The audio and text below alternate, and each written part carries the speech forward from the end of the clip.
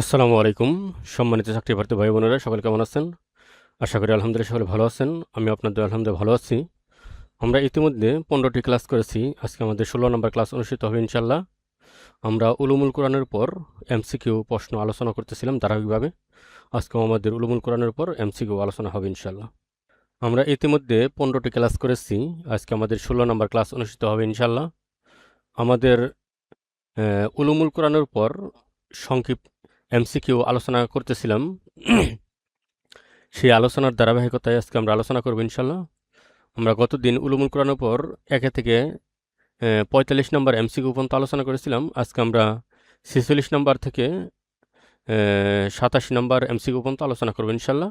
এবং আমাদের আরেকটি ক্লাস উলুমুল কোরআনের উপর হবে, তাই আমরা আমাদের উলুমুল কোরআন শেষ হবে ইনশাল্লাহ। তাহলে আমরা আমাদের ক্লাসে চলে যাই। 19তম শিক্ষক নিবন্ধন প্রস্তুত অনলাইন কোর্স প্রভাষক ইসলামিক স্টাডিজ লেকচার 16।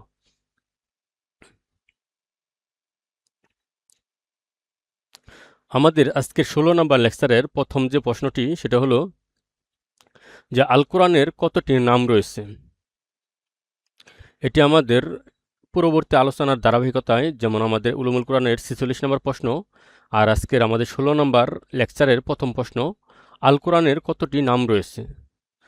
অপশন ক 50টি, অপশন খ 55টি, অপশন গ 60টি, অপশন ঘ 65টি। আমরা জানি আল কোরআনের 55টি নাম রয়েছে, তাহলে আমাদের উত্তর হবে অপশন খ 55টি। যেমন আল ফুরকান সত্য মিথ্যার পার্থক্যকারী, আন নূর জ্যোতি বা আলো, আর জিকর উপদেশ নির্দেশ, আর শিফা আরোগ্য লাভ করা, আল কারিম সম্মানিত, আল হাকিম প্রজ্ঞাময়, আল মুবিন স্পষ্টকারী, আল কিতাব। এরকম অনেকগুলো নাম রয়েছে, প্রায় কোরআনের 55টি নাম রয়েছে। এগুলো হলো উল্লেখযোগ্য। তাহলে আমাদের উত্তর হবে অপশন খ 55টি। তাহলে আমাদের প্রথম প্রশ্ন ছিল আল কোরআনের কতটি নাম রয়েছে। আমরা জানি আল কোরআনের 55টি নাম রয়েছে, তাহলে আমাদের উত্তর হবে অপশন খ 55টি। আমাদের 2 নম্বর প্রশ্ন হলো কোরআন শব্দটি আল কোরআনে সরাসরি কতবার উল্লেখ রয়েছে। যেমন কোরআন এই শব্দটি আল কোরআনের মধ্যে যতগুলো সূরা রয়েছে, আমরা জানি কোরআনের মধ্যে 114টি সূরা রয়েছে, এই বা 6236টি আয়াত রয়েছে। আয়াতগুলোর মধ্যে কোরআন শব্দটি কতবার উল্লেখ রয়েছে সেটা হলো আমাদের প্রশ্ন।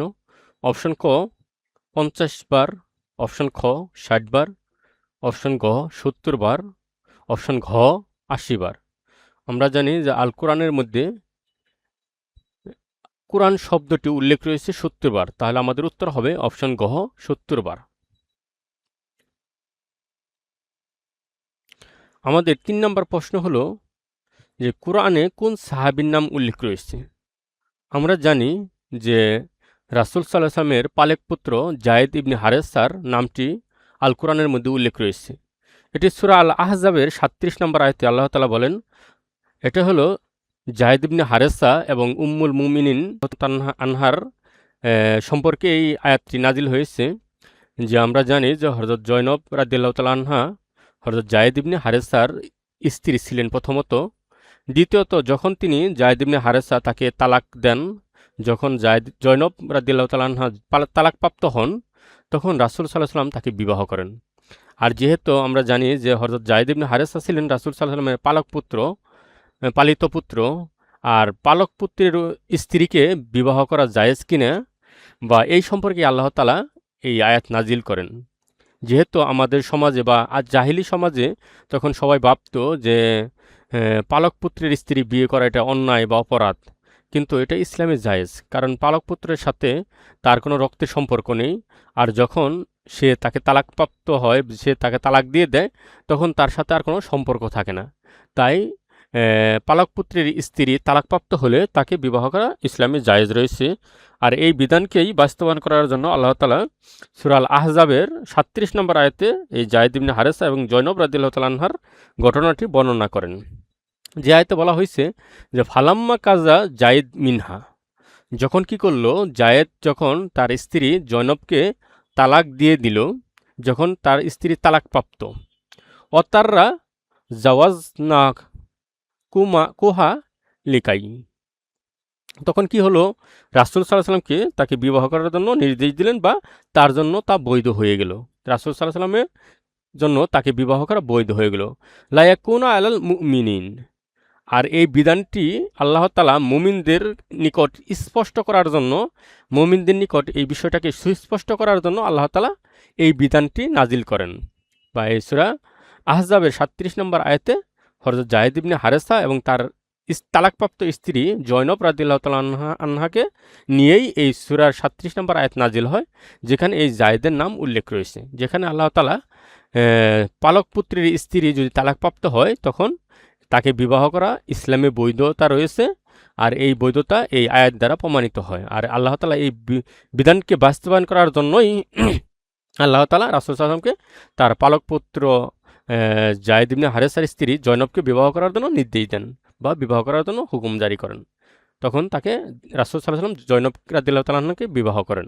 আর এটা ইসলামে প্রচারিত হয় যে হ্যাঁ, যে পালক পুত্রের স্ত্রী তালাকপ্রাপ্ত স্ত্রীকে বিবাহ করা জায়েজ রয়েছে। তাহলে আমাদের ৩ নম্বর প্রশ্ন ছিল কোরআনে কোন সাহাবীর নাম উল্লেখ রয়েছে? অপশন ক হযরত আবু বকর রাদিয়াল্লাহু তাআলা আনহু, অপশন খ হযরত যায়েদ ইবনে হারেসা রাদিয়াল্লাহু তাআলা আনহু, অপশন গ হযরত উমর রাদিয়াল্লাহু তাআলা আনহু, অপশন ঘ হযরত আনাস রাদিয়াল্লাহু তাআলা আনহু। আমরা জানি, তাহলে আমাদের উত্তর হবে অপশন খ হযরত যায়েদ ইবনে হারেসা রাদিয়াল্লাহু তাআলা আনহু। কারণ হযরত যায়েদ ইবনে হারেসার নাম সূরা আল আহজাবের ৩৭ নম্বর আয়াতে রয়েছে। আমাদের ৪ নম্বর প্রশ্ন হলো হযরত যায়েদ ইবনে হারেসা রাদিয়াল্লাহু তাআলা আনহু এর নাম কোরআনের কোন সূরায় রয়েছে? অপশন ক সূরা আল আহজাব, অপশন খ সূরা আল বাকারা, অপশন গ সূরা আল আলাক, অপশন ঘ সূরা আল মুদাসসির। আমরা জানি সূরা আল আহজাবের মধ্যে এই আয়াতটি রয়েছে। তাহলে আমাদের উত্তর হবে অপশন ক সূরা আল আহজাব। আমাদের ৫ নম্বর প্রশ্ন হলো হযরত যায়েদ ইবনে হারেসা রাদিয়াল্লাহু তাআলা আনহু এর নাম সূরা আল আহজাবের কত নম্বর আয়াতে রয়েছে? সূরা আল আহজাবের কত নম্বর আয়াতে যায়েদ ইবনে হারেসার নাম বা যায়েদ ইবনে হারেসার ঘটনাটি বর্ণনা করা হয়েছে? অপশন ক ৩৫ নং আয়াতে, অপশন খ ৩৬ নং আয়াতে, অপশন গ ৩৭ নং আয়াতে, অপশন ঘ ৩৮ নং আয়াতে।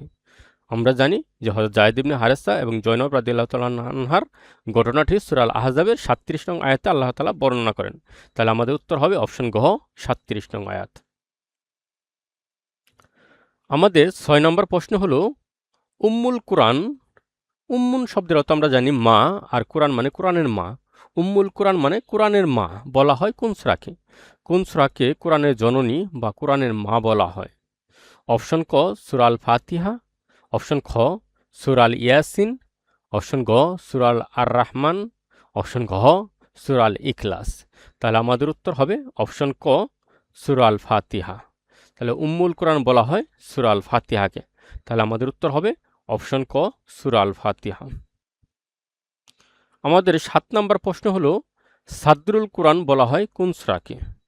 আমরা জানি যে সাদরুল কুরআন বলা হয় কোন সূরাকে? অপশন ক সূরা আল ফাতিহাকে, অপশন খ সূরা ইয়াসিনকে, অপশন গ সূরা আর রাহমানকে,